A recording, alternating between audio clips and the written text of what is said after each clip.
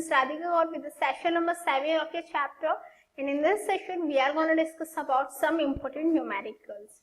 So let's start with the numerical number 1, that is find the gravitational force of attraction between a body of unit mass and moon.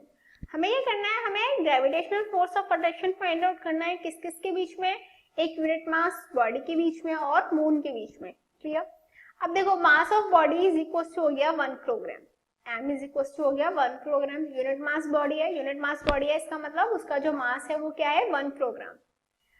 Mass of moon that is capital M is equal to हो गया 7.4 into 10 to the power 22 kilogram. Clear about this. Radius is equal to हो गया 1.74 into 10 to the power 6 metre. ये हमारी जो moon है उसकी radius हो गई. हमें फाइंड आउट करना है F इज इक्वल टू. अब F होता है Gmm अपॉन R स्क्वायर के is equal to, that is C की वैल्यू रखी हमने 6.67 into 10 to the power minus 11 into ये Z की वैल्यू हो गई. इसके बाद हम जो हमारा मास है, क्लियर, जो मून का मास है उसकी वैल्यू रखेंगे तो 7.4 इंटू 10 to the power 22 आ गया. अब हम जो बॉडी है उसका मास की वैल्यू रखेंगे दैट इज 1 किलोग्राम हो गया, अपॉन जो रेडियस है that is 1.74 into 10 to the power 6 है उसका स्क्वायर करेंगे तो F इज इक्वल टू आ जाएगा 1.63 न्यूटन. क्लियर. तो फोर्स किसके बराबर हो गया 1.63 न्यूटन के इक्वल. नेक्स्ट क्वेश्चन है estimate the gravitational force between two protons separated by a distance of 1 angstrom. हमें क्या करना है, हमें ग्रेविटेशनल फोर्स एस्टिमेट करना है कि कोई भी दो प्रोटॉन्स हैं जिनके बीच में डिस्टेंस है 1 एंगस्ट्रॉम की, तो हमें फाइंड आउट करना है कि उनके बीच में ग्रेविटेशनल फोर्स क्या होगी. Clear. F is equal to F is equal to है G mp into mp upon R square. Mass of proton होता है हमारा 1.6 into 10 to the power minus 27 kilogram. Radius है हमारी 1 एंगस्ट्रम. 1 एंगस्ट्रम का मीनिंग हो गया 10 to the power minus 10 metre. F is equal to हो गया 6.67 into 10 to the power minus 11 into 1.6 into 10 to the power minus 27, ये मास हो गया प्रोटॉन का, into 1.6 into 10 to the power minus 27, ये सेकेंड प्रोटॉन का मास हो गया, अपॉन रेडियस है हमारी 10 की पावर माइनस 10, उसका स्क्वायर कर दिया. तो इसको जब हम सॉल्व आउट करेंगे तो आंसर आ जाएगा F is equal to 17 into 10 की पावर माइनस 45 न्यूटन. आप इसे सॉल्व आउट कर लीजिए, आपको आंसर यही मिलेगा, F is equal to 17 into 10 की पावर माइनस 45 न्यूटन. तो सिंपली कोई भी दो प्रोटॉन जिनके बीच की जो डिस्टेंस 1 एंगस्ट्रम है उनके बीच में जो फोर्स ऑफ अट्रैक्शन है, ग्रेविटेशनल फोर्स ऑफ अट्रैक्शन है, वो क्या हो जाएगी 17 इंटू 10 की power minus 45 Newton. Next question is your mass on earth is 50 kg. आपका मास अर्थ पे 50 kg है. Planet M has 2 times force of gravity of that on the earth. जो प्लेनेट M है उस पे जो ग्रेविटी है वो 2 times है than the earth. What will be your mass and weight on the planet M? तो आपका मास और वेट क्या होगा प्लेनेट M पे. क्लियर. दैट इज आपका जो मास है अर्थ पे 50 kg है. जो प्लेनेट M है वहां पे जो ग्रेविटी है वो अर्थ से दुगनी है, 2 times ज्यादा है. तो आपको फाइंड आउट करना है कि आपका मास और वेट क्या होगा प्लेनेट M पे. So as the mass remains same on the planet M, your mass will be 50 kg. Mass हमेशा सेम रहता है, इसीलिए प्लेनेट M पे भी आपका मास कितना होगा 50 kg के इक्वल ही होगा. Now here given acceleration due to gravity on planet M is 2 times as that of the earth. यहाँ पे हमें गिवन है कि G is equal to 2 times of the earth. Clear. तो weight of planet M will be 50 into 2 into G, क्योंकि अर्थ पे 50 into G होता wait, वहां पे 2 times ग्रेविटी है दैट इज 2G ग्रेविटी है, इसीलिए 50 इंटू 2 इंटू G हो गया. तो 50 इंटू 2 इंटू 9.8 हो गया. इसको सॉल्व आउट करेंगे तो वेट आ जाएगा 980 न्यूटन. क्लियर. तो क्या हुआ कि जो प्लेनेट M है उस पे हमारा मास तो सेम ही रहेगा दैट इज 50 kg रहेगा, जबकि जो वेट है प्लेनेट M पे वो हमारा हो जाएगा 50 kg से, आई मीन टू से 50 इंटू 2 हमारा 100 होना चाहिए था. नहीं, it should be 9.8 into 50. You have to find that. आप फाइंड आउट कर लेना 9.8 इंटू 50 कितना होगा, वो हमारा अर्थ पे होगा, जबकि प्लेनेट M पे निकालने के लिए हमें क्या करना पड़ेगा, उसमें 2 की और इंटू करनी पड़ेगी. तो that will be is equal to the 980 newton. Next question is calculate the average density of earth in terms of G. There is small g, capital G and r। आपको क्या करना है, अर्थ की डेंसिटी फाइंड आउट करनी है, किसके terms में, gravity, gravitational force and radius की टर्म्स में। तो डेंसिटी इज इक्वल टू होता है mass upon volume. If radius of earth is r, यदि जो अर्थ है उसकी रेडियस r है, वॉल्यूम इसकी 4/3 पाई r क्यूब है, तो mass of earth is equal to that is m is equal to हो जाएगा g r square upon g। Clear, therefore density is equal to हो जाएगा g r square upon g upon 4/3 pi r cube. Clear, तो density हो जाएगा 3g upon 4 पाई r g। आप इसे find out करोगे, आर स्क्वायर से आर क्यूब में से आर स्क्वायर से आर क्यूब कट जाएगा, यहाँ पे आर बचेगा। क्लियर, तो आप सिंपली से इसको इस फॉर्म में लिख सकते हो, that is density is equal to 3g upon 2 pi r into g। Clear, next question is a wall is drop from a height half of the earth radius. एक वॉल है, उसे किसी भी हाइट से ड्रॉप किया गया और height कितनी है, half of the earth radius, जो अर्थ की रेडियस होती है उसके हाफ है उसकी height. Find the value of g at this point. आपको क्या करना है, इस पॉइंट पे जो g है, जो ग्रेविटी है, उसकी वैल्यू फाइंड आउट करनी है। So according to question r plus h is equal to है r plus r upon 2। Clear, r plus h हमें फाइंड आउट करना है, जहाँ पे r is plus r upon 2 हो गया, क्योंकि h किसके बराबर है, रेडियस ऑफ अर्थ के हाफ है। क्लियर, तो यहाँ से 2 into 1 2 plus 1 3 3r upon 2 height हो गई हमारी। Clear, g is equal to होता है gm upon r plus H का whole square is equal to gm upon 3r upon 2 का होल स्क्वायर हो जाएगा। इसको जब सॉल्व आउट करेंगे तो आएगा 4gm upon 9r square. Clear, तो g इज इक्वल टू हो जाएगा 4/9 इंटू 10। तो इसको सॉल्व आउट करेंगे तो g इज इक्वल टू हो जाएगा 4.44 मीटर पर सेकेंड स्क्वायर। क्लियर, तो यदि किसी वॉल को ड्रॉप किया जाएगा एक हाइट से, जो हाइट अर्थ रेडियस से हाफ है, तो जो ग्रेविटी होगी वो कितनी होगी, 4.44 मीटर पर second square. Next question is what is the acceleration due to gravity at height r/5 from the surface of the earth. क्या एक्सेलरेशन होगा due to gravity at height r/5 from the surface of earth.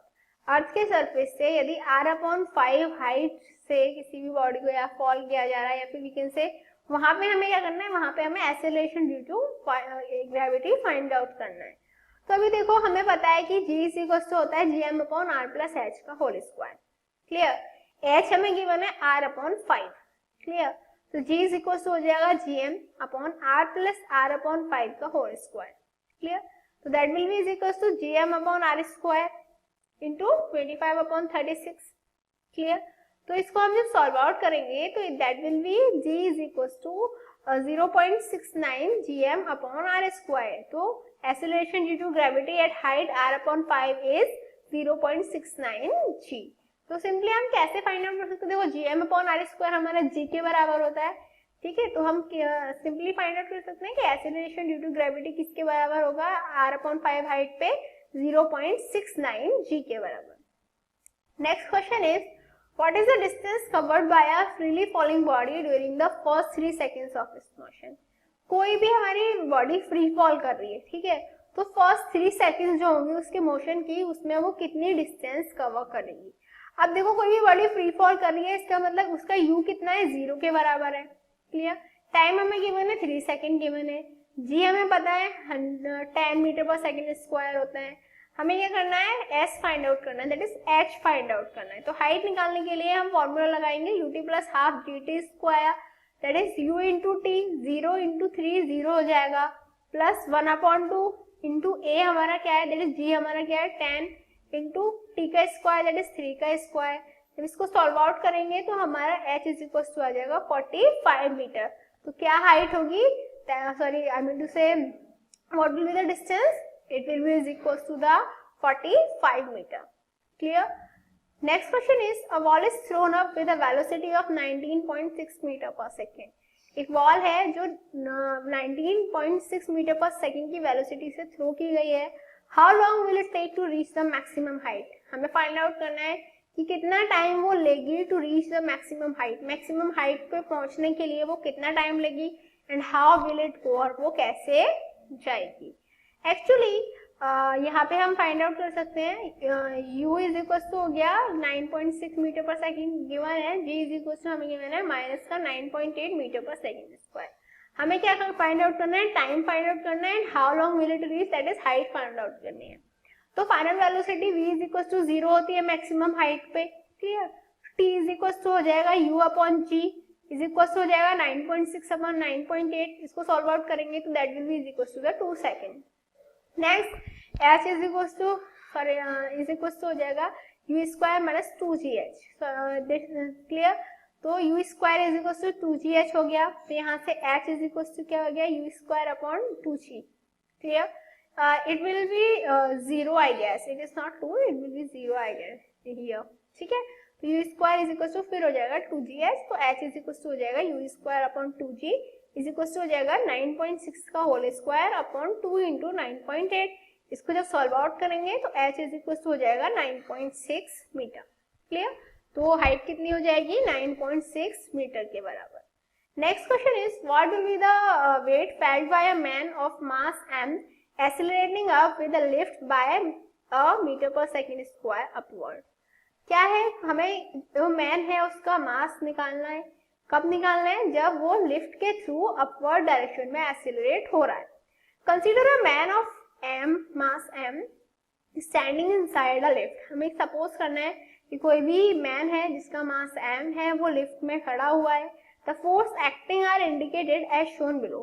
Force कैसे लग रही है उस पे, man ये है जिसका मास m है, तो mg डाउनवर्ड डायरेक्शन में लगेगा, ma अपवर्ड डायरेक्शन में लगेगा, क्लियर। Net force should provide the necessary acceleration to a man so that he is accelerated along the lift. Net force कैसी होनी चाहिए, वो नेसेसरी एक्सीलरेशन प्रोवाइड करे मैन को, जिसके थ्रू वो लिफ्ट पे एक्सीलरेट कर पाए। तो m minus mg is equal to हो गया ma, क्लियर। तो यहाँ से m इज इक्वल टू हो जाएगा ma plus mg, so he feels more weight than usual. तो कैसा फील होगा उसे ऐसा फील होगा कि उसका जो नॉर्मल वेट है उससे ज्यादा वेट है उसमें, clear, that he will feel more weight than usual. Next question is, suppose that the radius of the earth becomes twice of its original radius without any change in its mass, then what will happen to your weight? आपको suppose करना है कि जो radius है अर्थ की वो twice हो जाती है उसकी ओरिजिनल रेडियस के विदाउट एनी चेंज इन मास। उसके मास में कोई चेंज नहीं हुआ लेकिन रेडियस डबल हो गई। तो आपको फाइंड आउट करना है कि जो आपका वेट है उस पर क्या इफेक्ट पड़ेगा। अब देखो, weight of body is the force with which the body is attracted towards earth. Weight क्या होता है बॉडी का, वो फोर्स होती है जिसके थ्रू बॉडी अर्थ के टुवर्ड्स अट्रैक्ट करती है, that is W is equal to होता है GMM अपॉन R स्क्वायर। इसको हमने दे दिया equation number 1। If the radius of the earth becomes twice of its original radius, यदि जो अर्थ है उसकी रेडियस उसके ओरिजिनल रेडियस के ट्वाइस हो जाती है, तो W इज इक्वल टू हो जाएगा GMM upon 2R square, that is GMM upon 4R square, clear. अब देखो GMM अपॉन R स्क्वायर ये W के बराबर होता है, तो W इज इक्वल हो जाएगा W upon 4, that is weight will be reduce to 1/4 of the original. तो जो हमारा वेट है वो ओरिजिनल वेट से 1/4 रिड्यूस हो जाएगा, clear. Next question is, what height above the surface of earth the value of g becomes 64% of its value, cut the surface of earth, take the radius of earth 6400 kilometre. क्या है कि हमें g given है acceleration due to gravity at the surface, हमें gh given है that is acceleration due to gravity at the height h, वो हमें कितना गिवन है 0.64 g, ठीक है। gh इज इक्वल टू हो गया g re square upon re plus h square, re radius of earth plus h, clear. यहाँ पे हमने gh की वैल्यू रखी तो ये आ गया 0.64 g is equal to g re square upon re plus h का स्क्वायर। इसी क्रॉस मल्टीप्लीकेशन की इसको सॉल्व आउट किया तो आ गया 0.8 re plus h is equal to re, जब इसका हमने स्क्वायर रूट किया, क्लियर। तो 0.8 h इज इक्वल टू हो जाएगा re माइनस का 0.8 re, that will be is equal to 0.2 re। h is equal to हो गया 2 into 6400 upon 8, that is 1600 kilometre, that is the height above the surface of the earth is 1600 kilometre. कितनी height होगी above the surface of earth, 1600 kilometre. Next question is, prove that if a body is thrown vertically upward the time of ascent is equal to the time of descent. ये वाली बात हम सभी जानते हैं कि यदि किसी भी बॉडी को वर्टिकली अपवर्ड डायरेक्शन में हम थ्रो करें तो एसेंड का जो टाइम होता है वो डिसेंड के टाइम के इक्वल होता है, बट हमें यहाँ पे मैथमेटिकली प्रूव करना है। क्लियर? तो v is equal to u minus g t है, 0 is equal to u minus g t हो गया, दैट इज, तो t1 is equal to u upon g हो गया। ये हमारा फर्स्ट केस हो गया। At the downward motion v is equal to u plus g t 2 होगा, तो v is equal to u plus g t 2 हो गया। As the body falls back to the earth with the same velocity, it was vertically upward, क्योंकि जो body है वो क्या कर रही है, अर्थ पे बैक आएगी सेम वेलोसिटी से। क्लियर? और वो वेलोसिटी क्या होगी, वर्टिकली अपवर्ड। तो v is equal to u हो जाएगा, u is equal to 0 plus g t 2 हो जाएगा, और दिस इम्प्लाई क्या होगा, हमें t2 मिल जाएगा u upon g. t1 u upon g, t2 is equal to u upon g, दोनों हमें u अपॉन जी मिल गए। इसकी वजह से क्या हुआ, t1 is equal to t2 हो गया, that is time of ascent is equal to time of descent, that is t1 u upon g, t2 u upon g, t1 is equal to t2 हो गया, इसीलिए जो time of ascent होगा that will be is equal to the time of descent. So what did we learn today? आज हमने क्या study किया? आज हमने जो ग्रेविटेशन है उससे रिलेटेड कुछ न्यूमेरिकल्स को सॉल्व किया। I think this is enough for this session. In next session, we are going to discuss more about this chapter. Till then, good luck.